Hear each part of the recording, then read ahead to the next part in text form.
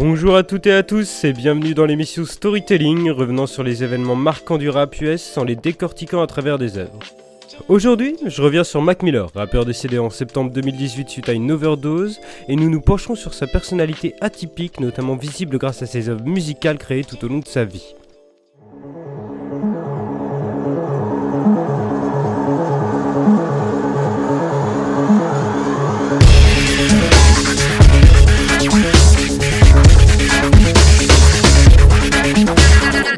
Les débuts des années 2010 annonçaient le retour du format mixtape dans le rap US.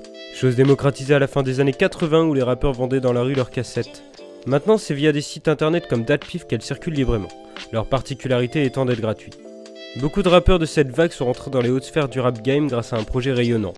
On compte parmi eux des rappeurs tels que Joey Badass avec son projet 1999 ou encore Danny Brown posant son flow de crackhead sur XXX.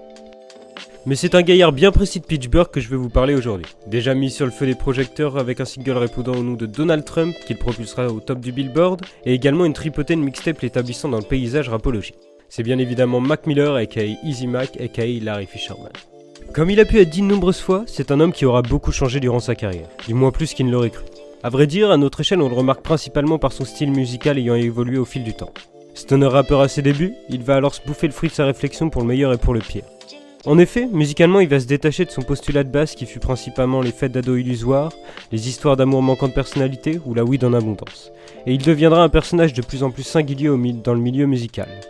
Ne voulant plus être enfermé dans cette image, il décidera d'être honnête envers lui-même, retrouvant alors ce qui lui a été fondamental, l'amour qu'il a pu porter pour le hip-hop.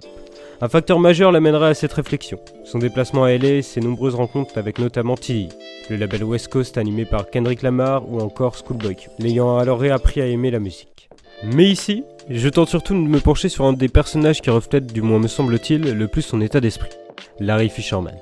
Car c'est en s'inscrivant sur la plateforme SoundCloud que le gars va nous l'introduire en 2013, lorsque celle-ci commençait à être un raz-de-marée commercialement parlant. Son compte va regrouper toutes sortes de sons tous plus étranges les uns que les autres, laissant alors son inventivité parler. Parmi eux, on peut trouver une reprise acoustique de Brad Eyes pour expérimenter son chant encore trop granuleux de l'époque, des impros au piano bourré ou encore un son de 21 minutes autotuné où Larry tire sur ses cordes vocales pour nous parler d'ébats sexuels bien précis avec une femme et où se crée une histoire d'amour fort saugrenue. Tout ceci pour revenir à mon but final, Faces. A vrai dire, ce projet de près 1h30 et 24 tracks me paraît comme le parallèle incertain avec son SoundCloud. Il résonne comme l'aboutissement de son travail fourni lors de ses improvisations mélodiques. Ainsi, même si cette mixtape a été gratifiée d'une reconnaissance respectable, elle peut se faire rapidement aspirer dans le trou noir de notre mémoire collective. Pourtant, sur le long terme, elle deviendra comparable à une nébuleuse car unique dans sa sincérité et céleste dans ses thématiques, mélangeant drogue, religion, métaphysique et surtout la mort. La première chose qui interpelle l'auditeur n'a rien de musical, c'est cette cover imprimée sur fond jaune.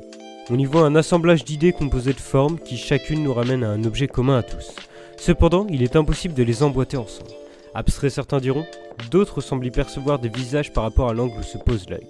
Mon premier réflexe fut alors de savoir qui était le graphiste. Il s'avère que c'est le frère de Mac McCormy, mais rien de plus.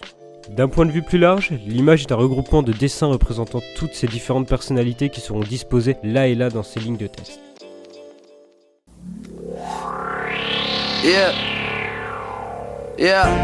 Should've died already. Faces. I should've died already. Shit, faces.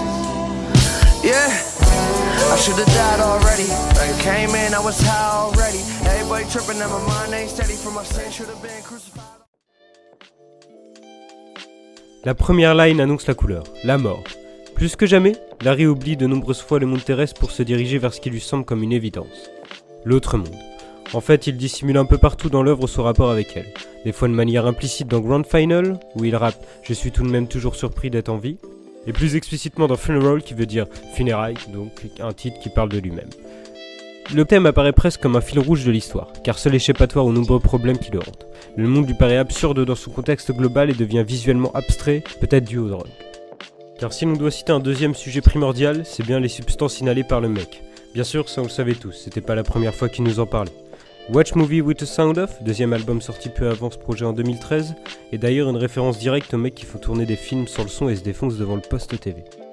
Mais maintenant les références deviennent de plus en plus intrinsèques.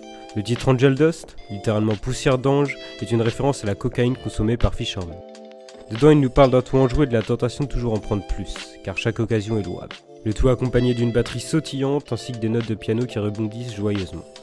Faire une detox semble l'aboutissement final d'après ses proches, mais cela devient de plus en plus illusoire. Le morceau Malibu décrit cette situation de manière évidente en une phrase. Je pourrais mourir avant d'être en sorte de désintoxication. Bref, la poussière de flocons de neige envahit Mac, ne lui permettant plus de sentir sa face pétrifiée, retranscrivant alors son état tantôt mélancolique, tantôt joyeux. On y décèle alors une certaine dépression chronique chez lui. It just don't stop. I know my father probably wished that I would just smoke pot. My grandma probably slapped me for the drugs I got. I'm a crackhead, but I bought her diamonds. We love rocks. Yeah, Miller Mac. Yeah, my friends. Miller Mac. Un autre discours est récurrent dans cette tape, c'est l'entourage, que ce soit son crew Mos Dope Family, ses parents, les quelques femmes anonymes ou encore son chien dont il rend hommage dans le son Diablo, chacun joue un rôle déterminant. Tous semblant prédisposés à l'aider tout en l'engouffrant sans qu'il ne le réalise dans une routine dévastatrice d'automutilation. J'affirme ici que son seul pilier serait ses parents qui semblaient dissocier les grands vices du rappeur. Dans Friends avec le rappeur Schoolboy Q, participant aux vocaux sinistres du refrain, il dira « Mon père espérait probablement que je fume que de l'herbe, ma grand-mère me donnerait probablement une claque si elle savait toutes les drogues que je prends. » Preuve d'une famille répondant, a priori, à des critères sociaux plutôt stables. Pour ses relations avec les femmes, elles semblent floues, ne lui procurant de ce côté aucun pilier. Dans San Francisco, il raconte ses aventures nocturnes sous acide dans la ville de tous les vices, allant à la rencontre d'une stripteaseuse pour finir par quitter son rôle de rappeur et devenir shooter de films porno. Mais lorsqu'il nous parle d'une relation dans Wedding, l'histoire est semblable à de nombreux autres, avec ses côtés toxiques et ses bienfaits. On distingue alors deux facettes. L'une menée par des escapades plus extravagantes les unes que les autres, comme celle à San Francisco, où il semble dicté par les drogues le guidant à l'intrépidité, le tout enrobé d'une frénésie et d'une paranoïa permanente, puis une facette où Larry se remet en question sur ses choix, sur sa situation, comme si, quelle que fût la direction prise, cela créera de la frustration de ne pas avoir choisi l'autre option. Il devient absent lors de ses névroses, limpide face aux gens qui l'entourent ainsi que face à lui-même. Le son Happy Birthday est un bon exemple où, durant sa soirée d'anniversaire, il prend conscience de la lassitude de ses célébrations en abondance, le menant alors à la réflexion que les gens ne cherchent ici qu'à trouver une raison valable pour fêter. Écarté au nous des autres, personne ne le remarque. Il arrive alors à un stade où il ne s'aime plus, son ego se meurt. Même les parties de la vie les plus faciles à apprécier lui sont indifférentes, le plongeant alors dans sa matière grise et oubliant le décor. On le voit encore une fois dans Funeral, où il est en perte de repère n'étant plus capable de se connaître. Il dira « Dieu, si tu es la vérité, qui suis-je » Mais parmi toutes ces pensées qui se mélangent, un point majeur s'en échappe, la religion. Avec un père catholique et une mère judaïsme, la croyance a toujours rythmé sa vie. Les références sont majoritairement tournées en dérision car son esprit remet en cause tous les faits absolus de la Bible. Par exemple, il rend Jésus plus humain ou même si celui-ci peut changer l'eau en vin, le gin tonic reste sa boisson favorite, car anesthésiant face à la mocheté du monde. Il va même jusqu'à dire que Jésus pourrait être oublié dans un futur indéfini. Il n'a cependant pas perdu sa foi et continue à prier tout en riant jaune, car il y aperçoit les nombreuses failles. En dehors d'une mixtape de très bonne argure avec des productions expérimentales et une cohérence du début à la fin, je crois pouvoir dire que celle-ci renferme une sérieuse couche de sarcasme envers la propre vie du compositeur. Il m'a d'ailleurs toujours semblé cohérent que la cover soit munie d'un fond jaune. Il donne une image très forte d'un homme qui, à la manière d'un Trainspotting, s'enferme entre 4 murs pour lutter contre ses péchés, ou bien créer l'effet inverse en leur donnant vie à l'intérieur de la pièce. Le tout imprégné d'un papier peint jaunâtre qui rendrait quiconque psychosé, laissant des taches d'LSD s'éparpiller pour former alors qu'une substance pâteuse face à l'œil atteint. Toute cette expérience n'est qu'une allégorie de son studio, seul endroit où il résidait la plupart de son temps, sous les combles de sa grande crypte à Los Angeles. Quelle que fût l'envie première de Fisherman, la mixtape suit un fil rouge avec une musicalité transpirant la réalité de sa vie durant l'enregistrement. Le mec ne se sentait clairement pas bien. Les faits étaient clairement devant nos yeux, et pas d'excuse de mec surfant sur un mouvement emo-rap en promulguant le suicide et les benzodiazépines. Non, là on parle d'un des gars les plus sincères du rap game qui, malgré les fautes de goût et les choix douteux, arrivera toujours à se renouveler faisant de lui l'un des rappeurs les plus imprévisibles de sa génération. Rest in peace, Mac Miller. Voilà, c'est tout pour ce podcast, en espérant que ça vous a plu, et on se retrouve pour parler d'un autre événement, d'un autre rappeur très prochainement dans Storytelling. Bye.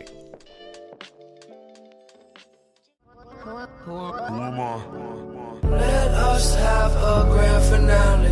The world will be just fine without me. Now got a smile on his face. It's going down, we going out with a bang. Are you ready for the fireworks?